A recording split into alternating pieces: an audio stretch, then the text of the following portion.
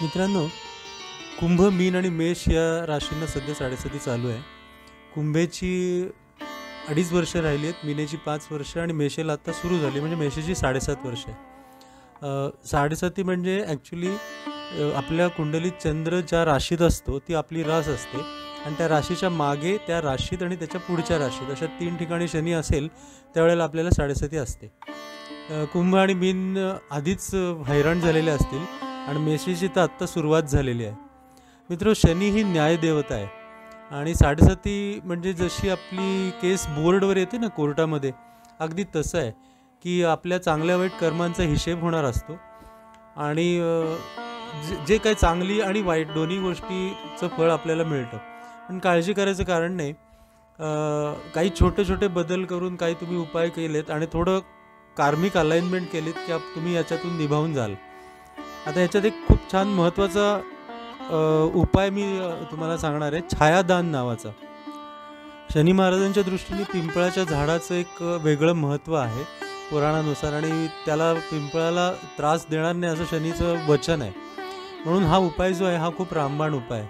याच्यामध्ये काय करायचं आहे, आपल्याला एक पिंपळाचं मोठं पान घ्यायचं आहे, 1 रुपयाची 11 नाणी घ्यायची आहेत आणि मोहरीचं तेल घ्यायचं आहे मोठ्या वाटीमध्ये आणि शनिवारी सूर्यास्तानंतर त्या पिंपळाच्या पानावर काळ्या स्केचपेनने ओम शम शनेश्चराय नमः हा मंत्र लिहायचा आहे. मंत्र मी पुन्हा एकदा सांगतो, ओम शम शनेश्चराय नमः हा मंत्र लिहायचा आणि तेलाची वाटी त्या लिहिलेल्या पानावरती ठेवायची आणि आपण स्वतः कमीत कमी कपड्यामध्ये आपलं संपूर्ण प्रतिबिंब त्या तेलात पाहायचं, म्हणजे जितकं आपण दिसू शकतं तितकं पाहायचं. आणि ते जे प्रतिबिंब आहे, ती जी छाया आहे, त्यालाच शनी देव मानायचं. शनी छायापुत्र असल्यामुळे आणि त्या छायेलाच शनिदेव समजायचं आणि त्याला हात जोडून शरण जायचं आणि प्रार्थना करायचं की कळत नकळत काही चुका झाल्या असतील तर त्याची क्षमा मागायची. स्वतःचा अहंकार मी सोडतोय असं म्हणायचं आणि खरं सोडायचा तो. आणि करता करविता ईश्वर आहे, मी फक्त माझा धर्म निभावणार असं आपण तिथे एक आश्वासन द्यायचं किंवा शपथ घ्यायची किंवा संकल्प करायचा म्हणा आणि शनी महाराजांना संपूर्ण कृपा करण्याची प्रार्थना करायची. आणि नंतर ते तेल एकतर तुम्ही एखाद्या गरीब माणसाला द्या किंवा पिंपळाच्या झाडाखाली तुम्ही ते वाहिलं तरीसुद्धा चालू शकतं किंवा ठेवलं तरी चालू शकतं. आणि म्हणजे हे घरात हे छायेमध्ये बघून प्रार्थना करायची आणि मग ते तेल घेऊन पिंपळाच्या झाडापाशी जायचं, तिथे ते व्हायचं आणि मधल्या बोटाने, शनीचं जे बोट असतं त्या बोटाने ते तेल असं खालून वर गंध लावल्याप्रमाणे 2 बोटं तेलाची लावायची.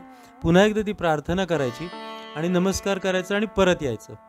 हा उपाय तुम्हाला एकदा तर कराच, तुम्ही जास्त वेळा केला 6 महिन्यांनी किंवा 3 महिन्यांनी वगैरे तरीसुद्धा त्याचा खूप फायदा होईल.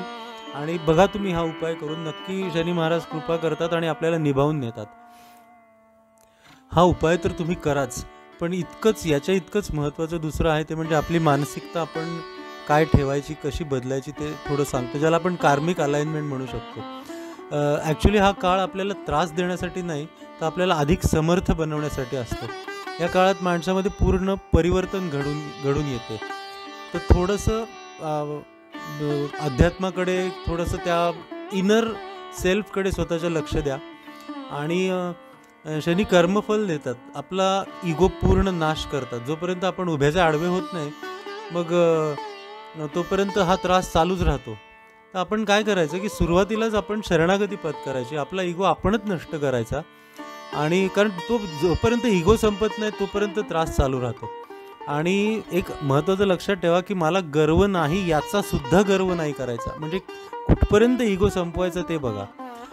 आणि कळत नकळत घडलेल्या गोष्टींसाठी पश्चाताप करणे, क्षमा याचना करणे, हे जेव्हा तुम्ही कराल ना तेव्हा नक्की तुम्हाला सहानुभूती मिळते.